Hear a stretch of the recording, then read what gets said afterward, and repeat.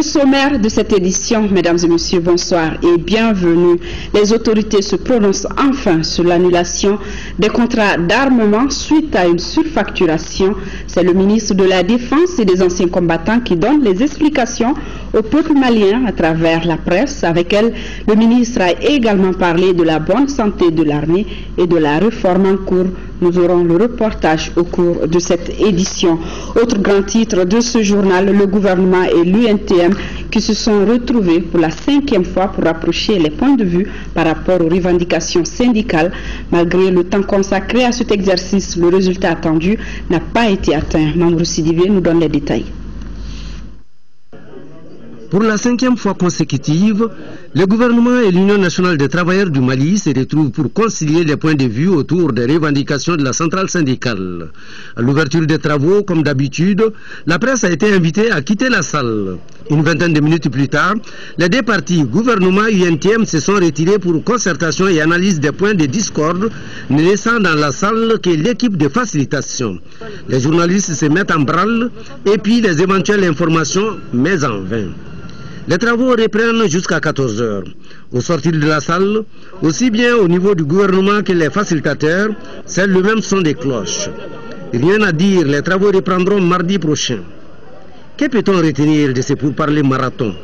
Le secrétaire général adjoint de l'UNTM répond. Nous avons cru attendre du gouvernement des propositions concrètes, notamment sur l'annulation pure et simple de la décision d'augmenter les tarifs d'eau et d'électricité. Aucune proposition concrète sur la valeur du point d'indice. Parce que l'électricité a augmenté, la valeur d'indice n'a pas du tout augmenté. Notamment sur l'impôt sur les traitements et les salaires.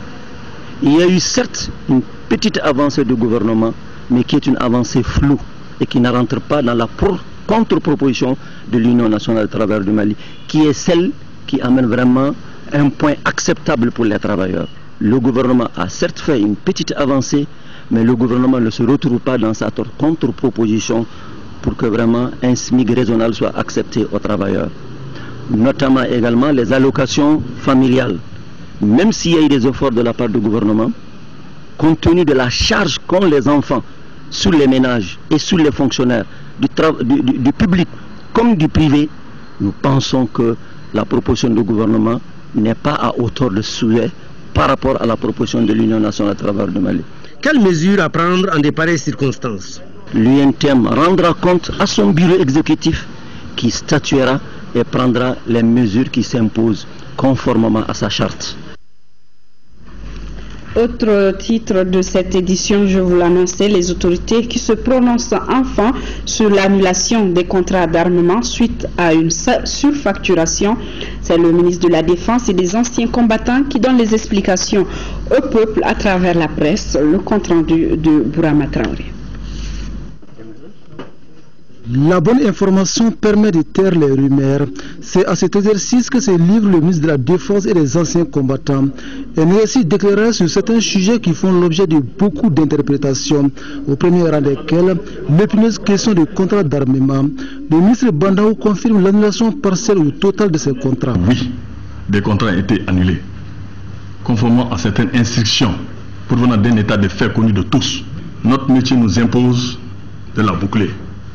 Mais quand il y a nécessité, on essaie de donner le minimum. Ne vous attendez pas à ce qu'on fasse de longs développements pour certaines choses, ce soit par oui, soit par non. Ce sont au total 15 contrats d'armement qui ont été annulés par le département de la Défense. Mais le ministre Ndaou ne précise pas le montant des différents marchés attribués. Quand cela ne tienne, comment se porte aujourd'hui l'armée malienne? S'interrogent les confrères. La réponse du ministre Bandaou est rassurante. Pour ce qui est de l'état de santé de l'armée, progressivement, l'armée se remet. Prions Dieu que cela soit dans les plus brefs délais pour qu'on atteigne ce que nous souhaitons pour reprendre notre place. Évitez de mettre l'huile au feu. Ça ne vous servira pas, ça nous mettra en retard. Que vous le voulez ou non, ce pays ira de l'avant. Mais nous le mettrons en retard, c'est pas bon. Le temps presse. Une autre préoccupation des journalistes, que deviennent les anciens généraux de la République? Ils sont là, répond le ministre de la Défense, et de poursuivre qu'ils ont valablement servi le Mali et continuent à le faire. De quoi stopper cette fausse information? Ils ne sont pas cachés. Ne jetez l'opprobre sur personne. Jusqu'à preuve du contraire, c'est des généraux de la République du Mali. ce qui est arrivé est arrivé. Je ne saurais porter de jugement sur cela. Donc je souhaiterais que vraiment dans nos propos, nous sachions raison garder par rapport à ceux qui sont prêts à construire ce pays. Je vais vous dire, la veille à 15h, lorsque j'ai jeté les invitations pour 35 généraux, le lendemain à 15h, ils ont tous répondu à l'appel et en tenue. Convenablement qu'ils ont souci de ce pays plus que nous. Donc en les évoquant, je souhaiterais vivement qu'on les respecte un temps soit peu. Dans la vie, les uns et les autres, nous pouvons suivre des accidents. Ne les en voulez pas. Concernant la présence de l'armée malienne au nord, les éclairages du département en charge de la défense, à en croire la hiérarchie militaire, les forces armées sont présentes partout sur le territoire et mènent des opérations conjointes. Ce n'est pas parce que nous n'avons pas un homme sur chaque pouce du territoire que l'armée malienne n'est pas là. L'armée malienne, Barkhane le sait, la MINUSMA le sait, nous faisons des opérations conjointes sur toute l'étendue du territoire. Nous faisons des rencontres périodiques au niveau des commandants des forces. Nous faisons des rencontres au niveau des états-majors et nous menons des actions communes sur toute l'étendue du territoire. Nous contrôlons et nous sommes sur l'étendue du territoire. Simplement, nous ne posons pas des actes qui vont en contradiction avec les cessez-le-feu que les autorités ont signés. Ce qui arrive à l'armée malienne est un incident de parcours, un défi majeur que le peuple malien va relever. En tout cas, le ministre Bandao en est convaincu. Ne désespérez pas. Ne désespérez pas. Demain sera meilleur. Demain sera meilleur. Demain sera meilleur. Nous l'espérons tous. En 4e région, les organisations de la société civile se sont manifestées en faveur des actions menées par les autorités maliennes. C'est à travers une marche pacifique qui a regroupé les populations de la cité des Balanzans. Fousséni Samake, compte rendu.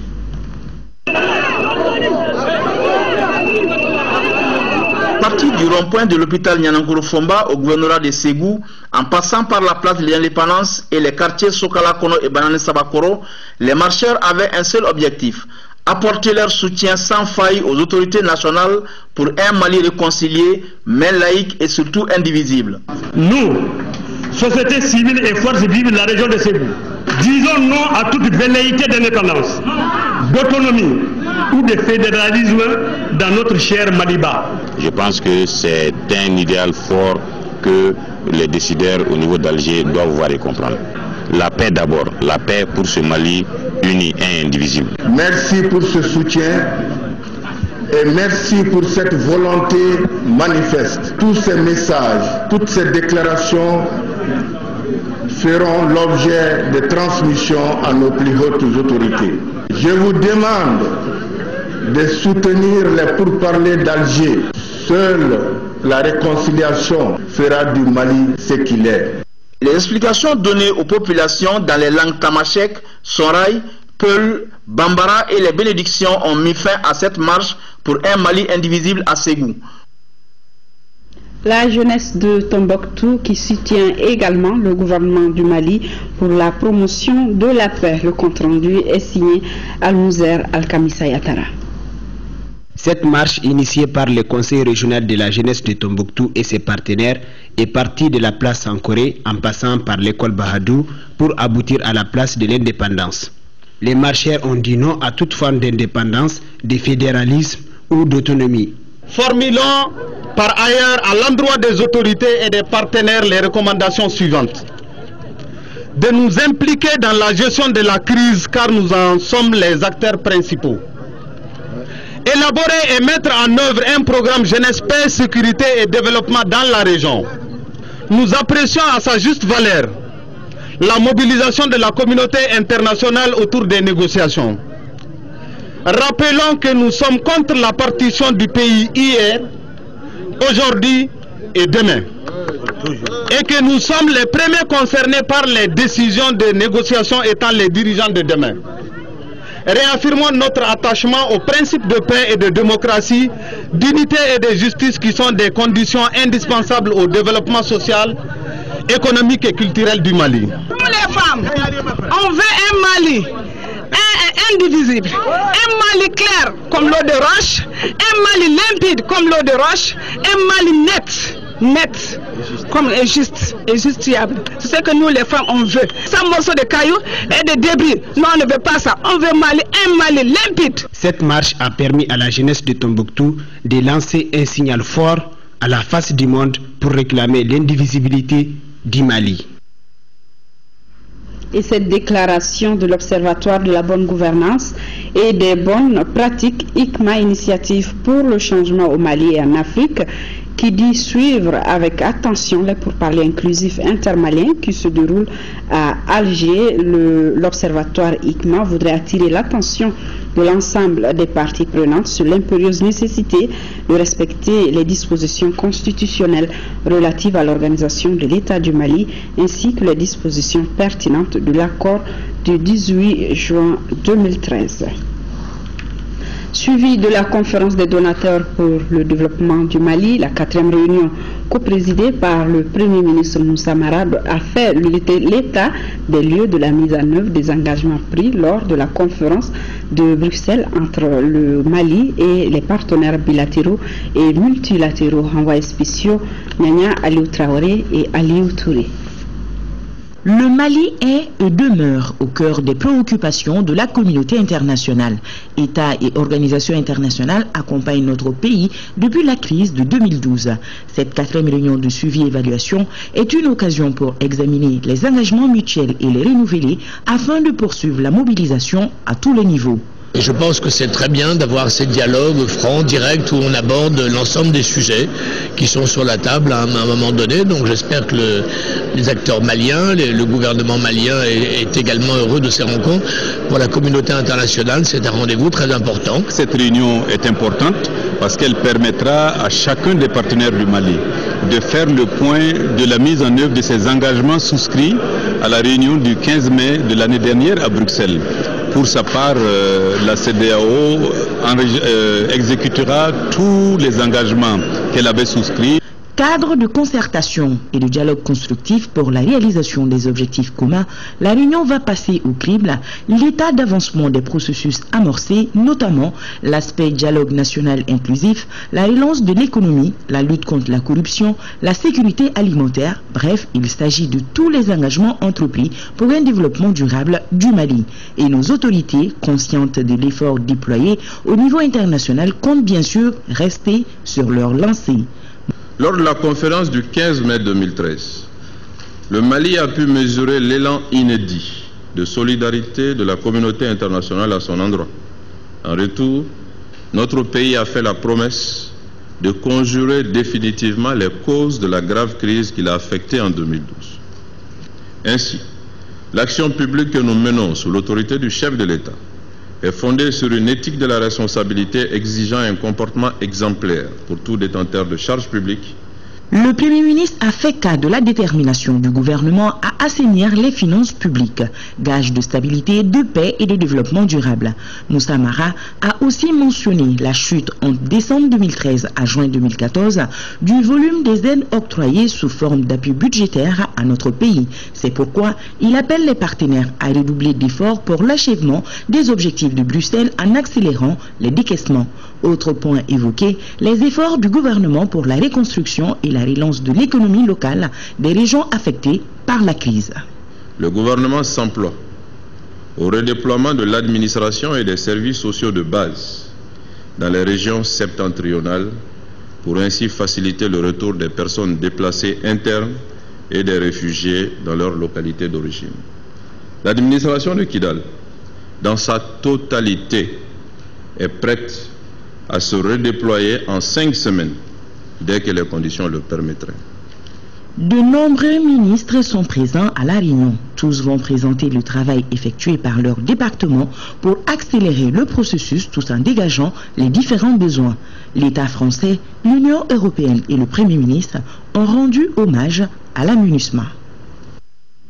La prochaine réunion de suivi-évaluation est prévue pour le 5 février 2015 à Bamako. Moussa Mara était auparavant en Belgique où nos envoyés spéciaux nous signalent qu'il a eu des échanges bénéfiques pour le renforcement de la coopération entre le Mali d'un part et d'autre part, entre le Mali et la Belgique d'un part et d'autre part entre le Mali et l'Union européenne. Nous les retrouvons.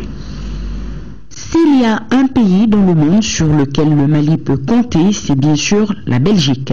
Le Mali fait partie des 18 pays prioritaires de la coopération belge dans le monde. Il était donc nécessaire et normal à la fois pour le Premier ministre de venir informer les amis du Mali du processus enclenché pour une rapide sortie de crise. À son arrivée à Bruxelles, Moussa Mara a d'abord rencontré le ministre belge de la coopération au développement. Au menu des échanges, la question du Nord et les perspectives de coopération.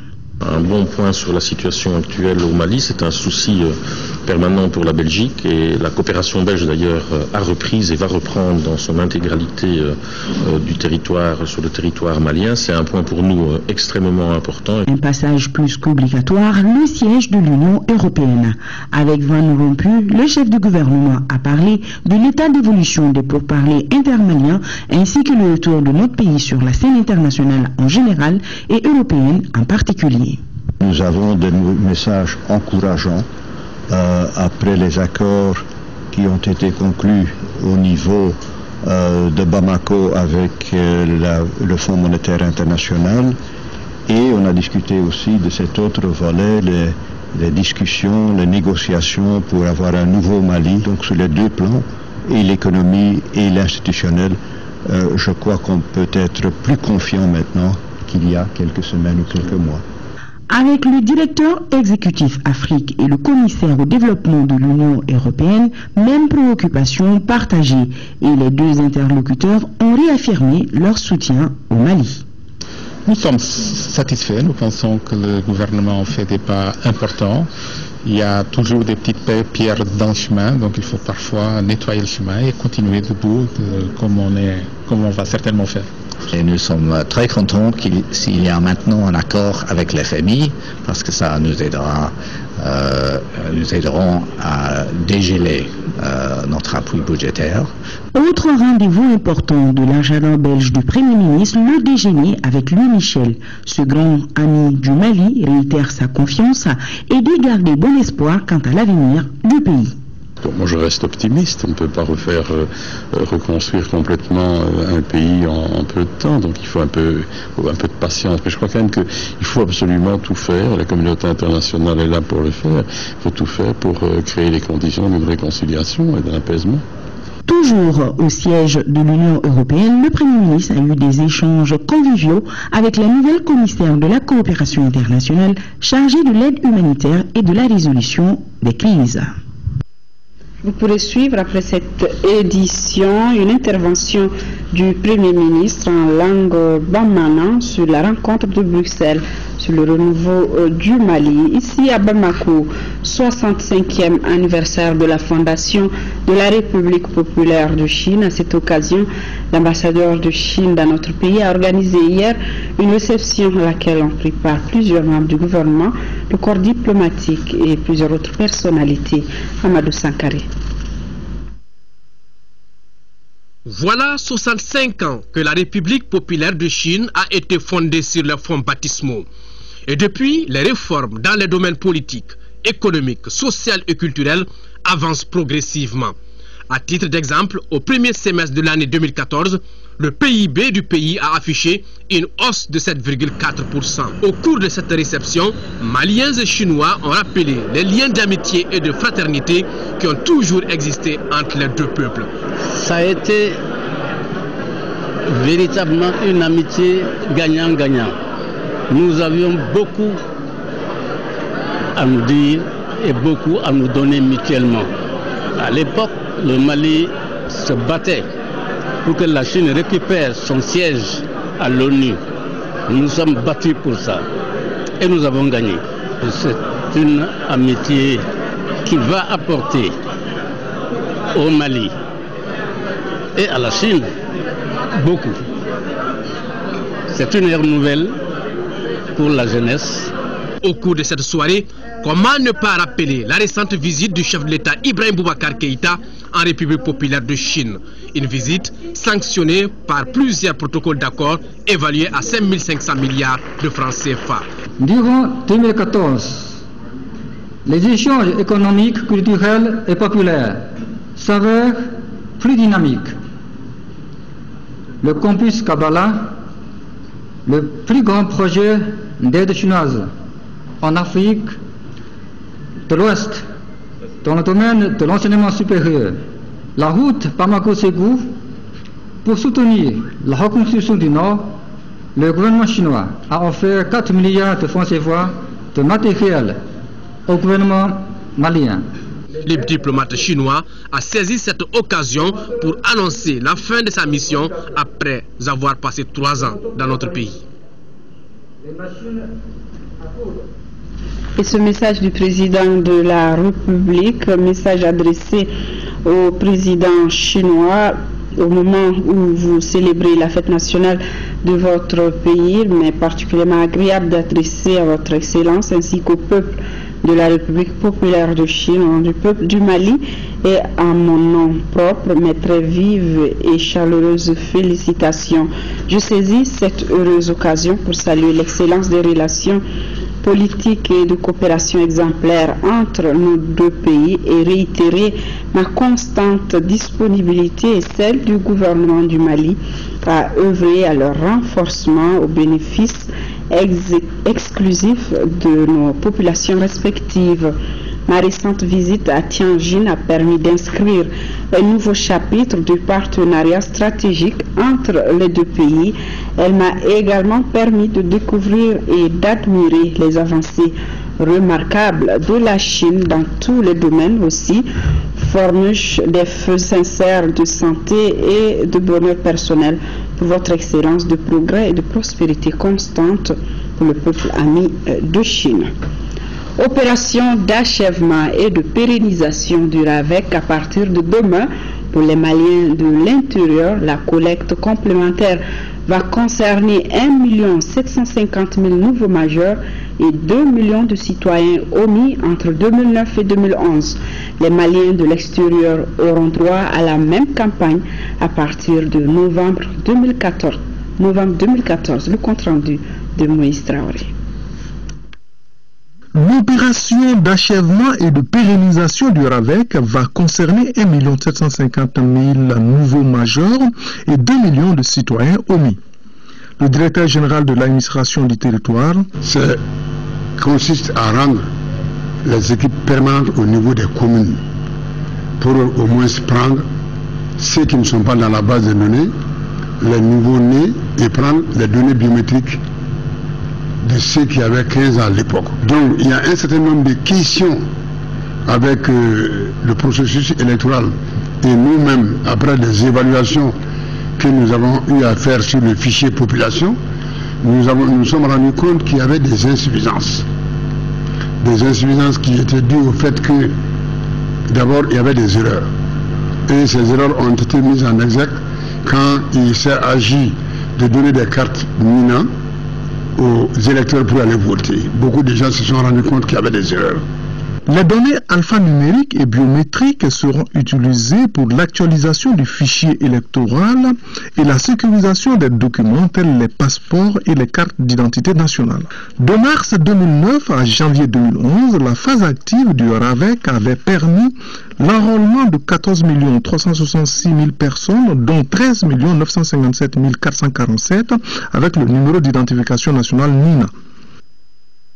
Et sur le même sujet, je vous propose de suivre le ministre Sada Samake qui lance d'ailleurs demain la campagne à Sikasso. Il est au micro de Ba Traoré. Les opérations qui vont se dérouler sur le terrain du 1er au 30 octobre 2014 pour les Maliens de l'intérieur et du 1er au 30 novembre 2014 pour les Maliens de l'extérieur constituent en effet un acte d'engagement du gouvernement à procéder dans les meilleurs délais aux travaux d'achèvement du RAVEC et d'organiser des élections communales et régionales conformément à l'annonce du Premier ministre chef du gouvernement dans sa déclaration de politique générale devant l'Assemblée nationale. Les équipes fixes sont déployées par arrondissement, ambassades et consulats et par centre principal d'état civil pour le district de Bamako. Elles reçoivent sur place les personnes à recenser ou désirant faire des réclamations. Quant aux équipes mobiles, elles opèrent dans les lieux de collecte préalablement définis par le sous-préfet, l'ambassadeur et le consul général pour renouveler les données biométriques des nouveaux majeurs et recenser les OMI déterminés par la comparaison des résultats du RAVEC avec ceux du recensement général de la population et de l'habitat de 2009 dans les communes. Pour le district de Bamako, les équipes mobiles sont positionnées dans les centres secondaires d'état civil.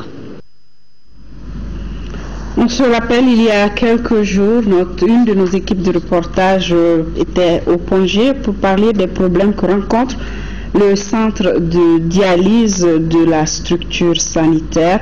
Les patients souffrent énormément par manque de moyens. Eh bien, le ministre de la Santé vient de se rendre sur place. Le compte rendu de Agibou Koulibaly. Actuellement, le centre d'hémodialyse de l'hôpital du Pont-Égé est confronté à des pannes au niveau du circuit d'eau, des générateurs et de la pompe.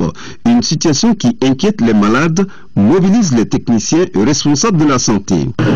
Ça ne va pas du tout. En un mot, vraiment, les infirmiers ils font ce qu'ils peuvent, mais ils ne sont pas dans les conditions. Pour faire la dialyse, nous avons besoin d'un traitement d'eau et puis d'une salle de dialyse. Dû aux coupures d'électricité, nous avons eu certaines pannes dans la salle de dialyse, au niveau de la bâche d'eau, des transferts puis de l'osmoseur. Nous avons commandé les pièces, certaines sont arrivées, certaines ne sont pas encore arrivées. Donc la salle commence à être fonctionnelle, mais on ne peut pas prendre les malades sur cette salle, parce que l'eau n'est pas appropriée. Je me suis rendu ici, d'abord pour voir l'état de prise en charge des malades. C'est l'essentiel d'abord, que la continuité du service soit garantie. Et donc j'ai constaté effectivement que cette continuité est garantie. Et bien entendu, il y a avec quelques désagréments pour les malades. Parce que sur les 3 unités, il y a une unité qui est en panne. Et donc ça fait plus de temps de traitement pour les 2 autres unités. Avec la panne d'une unité de dialyse sur 3, quelles dispositions prendre pour la satisfaction des besoins des malades? Ce qui nous amène à répartir les patients de cette unité entre les 2 unités. Cela nous amène à réduire un peu la durée de la dialyse qui va passer de 4 heures à 3 heures pour permettre à chaque malade de bénéficier de ces 2 séances. Il est à noter que l'État fait un effort important pour la prise en charge des malades qui souffrent de l'insuffisance rénale hospitalisés au centre d'hémodialyse de l'hôpital du Pont-Égé. L'acte de dialyse est actuellement facturé à 2500. Alors que dans les privés, le même acte est facturé à 125 000. C'est-à-dire l'effort que l'État fait. Nous avons également exprimé la nécessité de décentraliser les services. Dès le mois d'octobre, nous allons poser la première pierre d'un centre de dialyse à l'hôpital de Sikasso grâce à un concours de l'INPS. En plus de la région de Sikasso, les autorités maliennes comptent doter chaque capitale régionale d'une unité de dialyse. Mois d'octobre, mois de la solidarité. Le coup d'envoi sera donné demain. À cette occasion, le ministre de la Santé et de l'Hygiène publique, représentant son collègue de la solidarité, livre ici un message au micro de Al-Jumatina. Le mercredi 1er octobre 2014, nous lancerons ensemble la 20e édition du mois de la solidarité et de la lutte contre l'exclusion sur toute l'étendue du territoire national et dans nos représentations à l'extérieur du pays. Le mois de la solidarité et de lutte contre l'exclusion, dans sa noblesse, nous rappelle l'obligation de traduire en acte le principe d'égalité de chance pour toutes les catégories sociales. C'est cela le sens profond de la solidarité.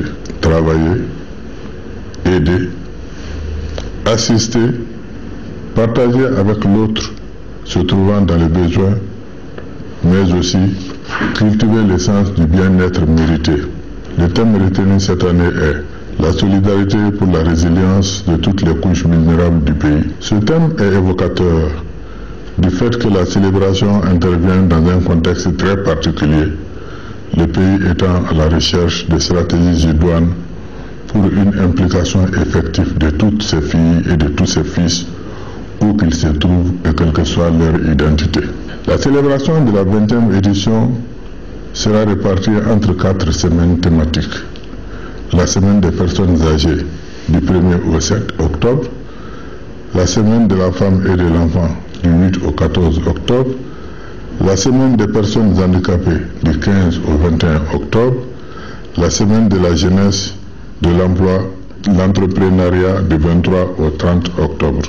Alors, retrouvons ensemble les valeurs qui nous unissent: solidarité, altruisme, humilité, tolérance, cohésion sociale, afin de bâtir le Mali de nos ambitions. Dans le Mali profond, le ministre du Développement rural, Boukari Treta, poursuit sa mission de supervision de la campagne agricole en cours. Tout de suite, les étapes de Niafenke et Diré dans la région de Tombouctou, où il a rencontré les producteurs, visité le centre de conditionnement de poissons de Niafenke et le garage de maintenance agricole de Diré. Boukari Treta s'est également rendu sur le périmètre agricole de Gumbu et Saouni. ORTM Tombouctou, Adama Djimde. Nous sommes ici sur la plaine rizicole de Gombu à Niafenke, près de 300 hectares mis en valeur. Le périmètre de Saouni de Diré a pratiquement la même superficie. Ces deux aménagements constituent les poumons économiques de Diré et de Niafenke. Et le gouvernement tient fermement à la réussite de la campagne agricole, d'où cette visite du ministre du Développement rural Boukari Treta. Cette année, nous avons, par la grâce de Dieu, eu la chance d'élaborer un plan de campagne national harmonisé et consolidé. Je voudrais dire que désormais notre plan de campagne intègre la production végétale, animale et piscicole. Le plan de campagne pour nous est très important. Comme vous le savez, les plus hautes autorités du Mali ont fait le choix de faire du secteur du développement rural le moteur de notre économie, le moteur de notre développement économique et social. Et on nous a donné les moyens. On nous a instruit, on nous a demandé de régler un certain nombre de problèmes. Le premier, c'est l'autosuffisance alimentaire. Surtout dans ces régions, quand avec le retour de la paix. À Niafenke, tout comme à Diré, les exploitants vivent des réalités différentes.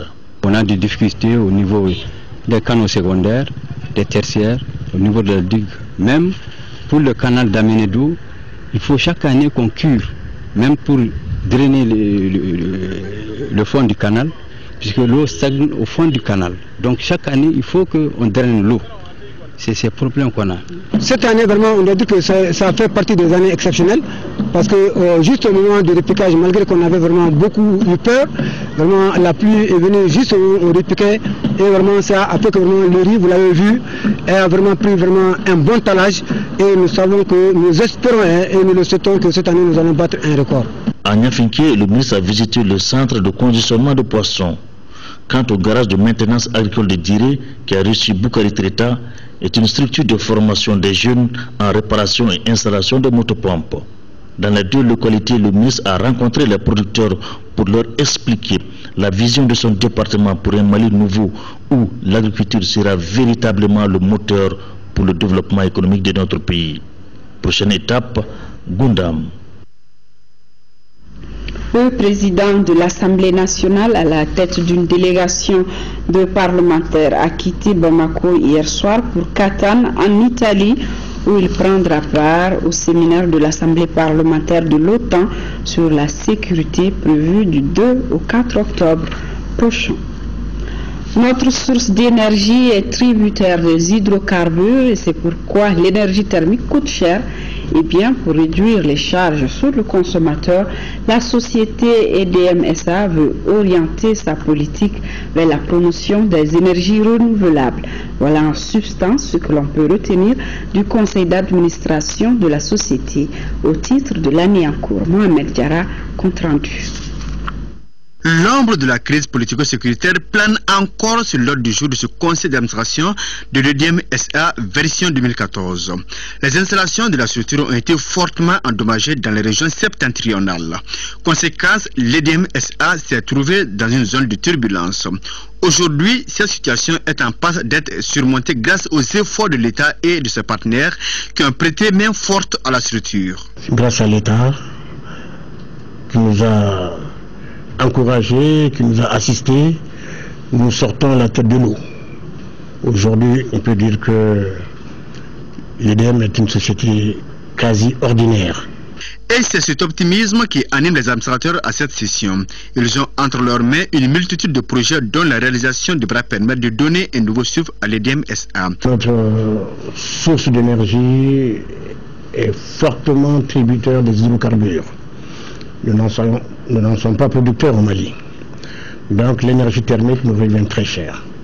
Et c'est pourquoi nous avons un vaste programme d'énergie renouvelable, tels que le solaire, énergie hydroélectrique, telle que Kenya, qui, nous l'espérons, dans le très prochain avenir, va nous permettre d'avoir de l'énergie à meilleur marché et en quantité, parce que nous sommes structurellement déficitaires en matière de production d'énergie. Auparavant, les administrateurs avaient fait le point d'exécution du budget 2013. La presse venue en masse a dû faire bon cœur contre mauvaise fortune en répartant sans avoir eu le moindre chiffre sur le budget de la société. Autre conseil d'administration, celui de l'Institut national de prévoyance sociale INPS. 2 points sont inscrits à l'ordre du jour de cette 76e session. Il s'agit de l'examen et de l'adoption du rapport d'activité du directeur général de l'année 2013, celui du budget à mi-parcours et du budget rectifié de l'année en cours. Mohamed Ould Mamouni.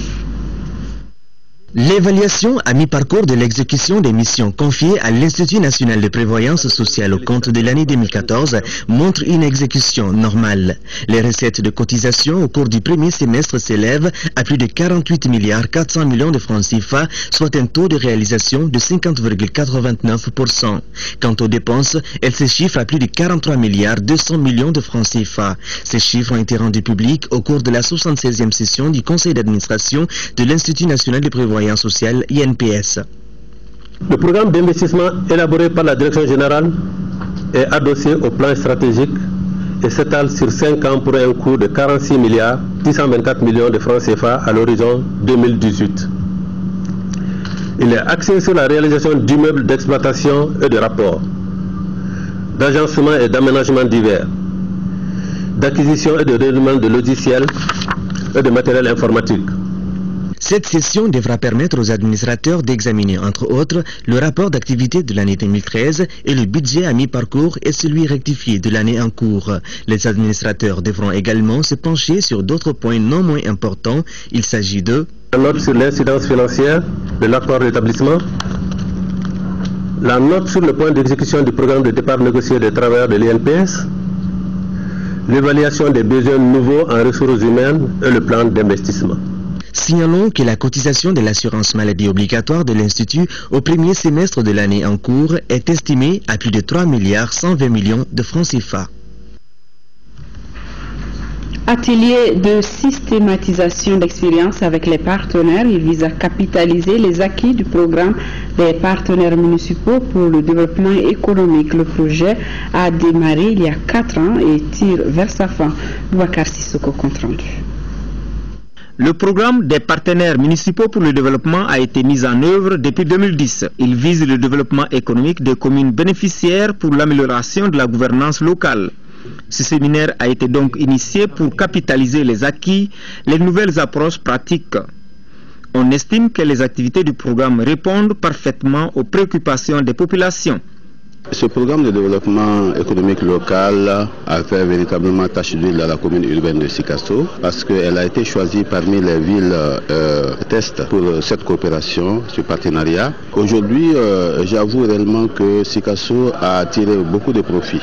Les échanges durant cet atelier permettront aux acteurs des projets de démonstration de partager leurs expériences en matière de gestion de connaissances. Ces 2 priorités majeures étaient de faire les renforcements des capacités des acteurs locaux dans les municipalités sur les questions de développement économique local. Et dans un second temps, il s'agissait de faire des plaidoyers sur des thématiques où on constatait réellement qu'il y avait des difficultés pour booster davantage le processus de développement économique local. Quant aux partenaires du programme, ils promettent accompagner les municipalités pour mieux servir les communautés. L'organisme que je représente, la Fédération canadienne des municipalités, la FCM, et ses différents partenaires, comme l'Association des municipalités bilingues du Manitoba également partenaire du Conseil du développement économique du Manitoba, et la municipalité régionale du comté et le Centre local de développement de Marguerite-Diouville au Québec sont engagés à travailler avec vous déjà depuis quelques années pour mener ces projets de partenariat à des réalisations porteuses d'avenir pour tous. Le programme des partenaires municipaux pour le développement économique est financé par la Fédération canadienne des municipalités. Il couvre les communes urbaines de Sikasso et Kadiolo et d'autres communes du couloir économique qui sont Zegwa, Luluni, Kabouila, Nimbougou, Kayi et Fenkolo. En 5e région, le programme d'appui aux organisations de la société civile à travers l'avis de manifestation d'intérêt AMI2 vient de procéder au lancement de ses activités, l'amélioration des programmes et politiques de développement du gouvernement et de ses partenaires est l'objectif du projet. Le compte rendu depuis Mopti de Aminata Touré.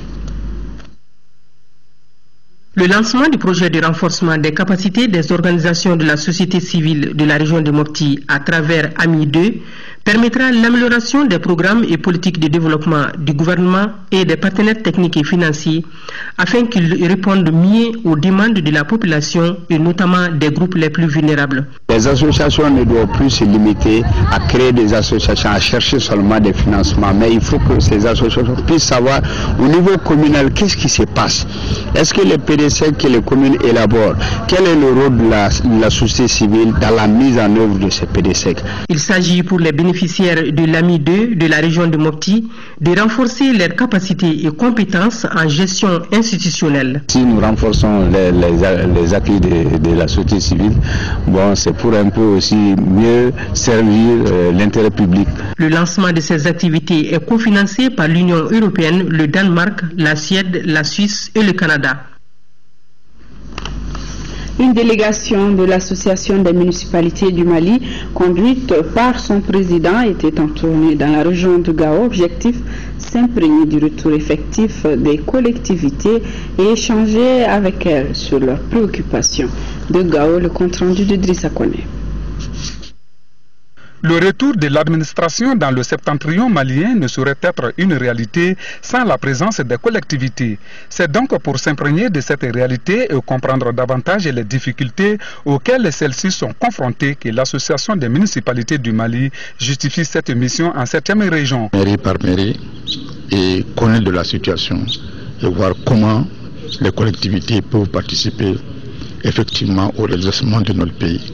Quel rôle elles doivent jouer et quelles peuvent être également les doléances des collectivités de la région de Gayo à l'endroit de leur association et à l'endroit de notre gouvernement.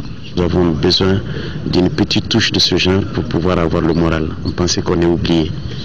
Alors quand il fait ce déplacement, ça nous honore, ça nous permet de discuter et de lui dire nos difficultés, parce que nous avons de réelles difficultés. Le président poursuivra en disant que si le Mali compte 40 000 fonctionnaires de l'État, il existe également près de 30 000 agents des collectivités territoriales. Ces derniers, et plus particulièrement ceux du Nord, ont connu des difficultés suite à la crise que notre pays traverse. Dans un entretien, la délégation des municipalités a fait le point de sa mission au gouverneur de Gao, Omar Baba Sidibé, dans l'optique de faire avancer les choses. Au cours des rencontres, il a beaucoup été question des services sociaux de base, dont les écoles et les structures de santé. On est des communes qui avaient à peu près 111 enseignants avant la crise. Mais aujourd'hui, ils n'ont que 4 seulement.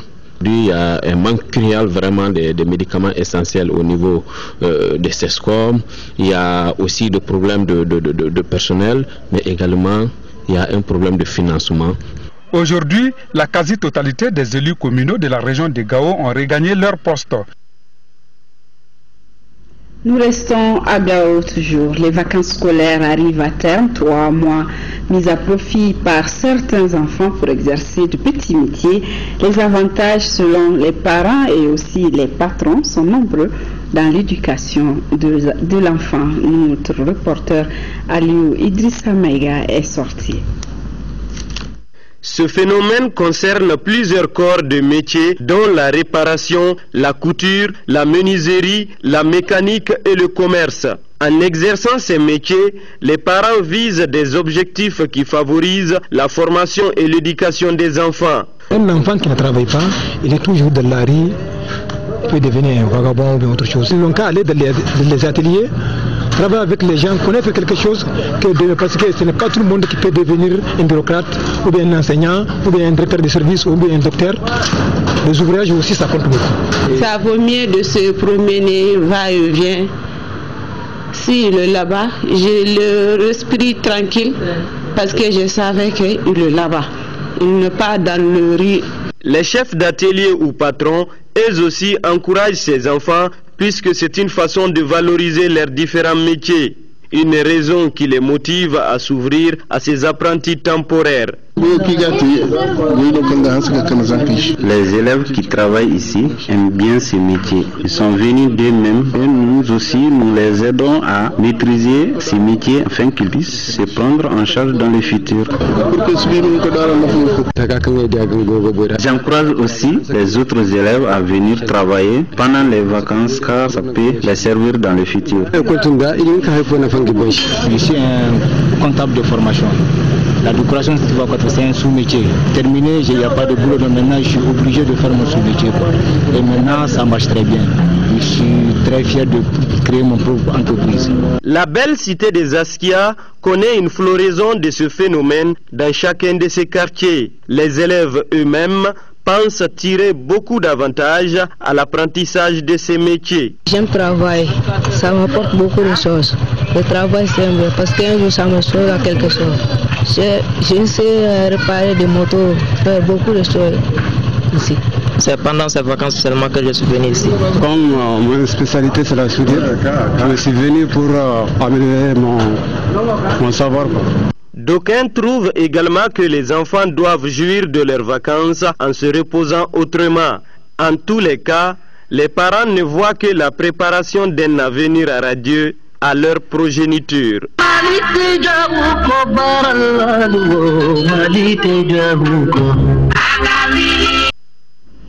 Le Centre Soleil d'Afrique a abrité le vendredi dernier une exposition d'œuvres d'art dénommée Fasoko. Elle est le résultat des travaux de 3 jeunes peintres durant une dizaine de jours de résidence. Boubacar Sissoko. Cet atelier se tient pour s'inspirer des expériences des pays de la sous-région comme le Burkina Faso et le Bénin en matière de commercialisation du coton biologique équitable. C'est en 2012, avec l'avènement de la crise, que le Bénin a remis tout national à la SONAPRA, c'est une société d'État qui a commencé à gérer et les autres structures sont retirées. La filière du coton bio-équitable est confrontée à plusieurs difficultés au Mali, notamment la mévente. Le coton bio n'a pas de rendement. C'est à peu près de 150 kg à 500 kg. Donc si ce n'est pas vendu au bio, ça veut dire que ceux qui ont produit. Voilà, nos excuses. Je crois qu'on pourrait voir à présent l'exposition d'œuvres d'art dénommée Fasoko. Boubacar Sissoko.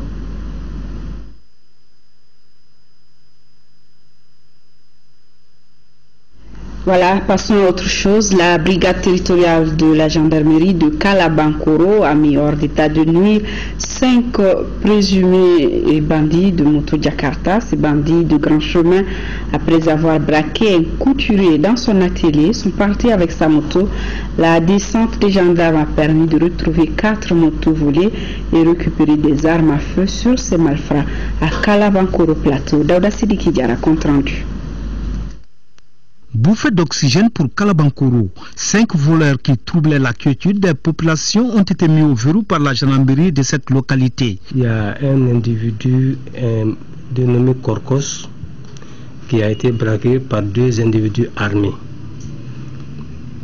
Le lendemain matin, naturellement, il est venu faire la déclaration à la brigade de gendarmerie tout en nous donnant des indications sur les auteurs. Le lendemain soir, dans la nuit du dimanche au lundi, nous avions dirigé la patrouille dans le secteur concerné. C'est à travers cela que les renseignements reçus nous ont dirigés dans une famille où nous sommes partis appréhender 5 personnes. À l'issue de leur fouille sûreté, nous avons découvert sur eux 2 pistolets et 4 motos. Notre mission ne peut en aucun cas réussir sans l'apport de la population. Puisqu'elles sont victimes, elles sont en même temps une cellule de renseignement pour nous. Aujourd'hui, ces malfaiteurs sont au nouveau. Mais pour combien de temps? On est en droit de se poser la question quand on sait qu'il y a des repris de justice parmi ces malfrats. Bon, effectivement, je le dis parce qu'il y a un parmi eux dans le groupe où il n'y a pas 4 mois encore, il a été déféré pour les mêmes faits. Pour accomplir leur sale besogne, ces bandits se sont munis d'un revolver de type 1917 calibre 22 et d'un pistolet automatique de 7,65 mm.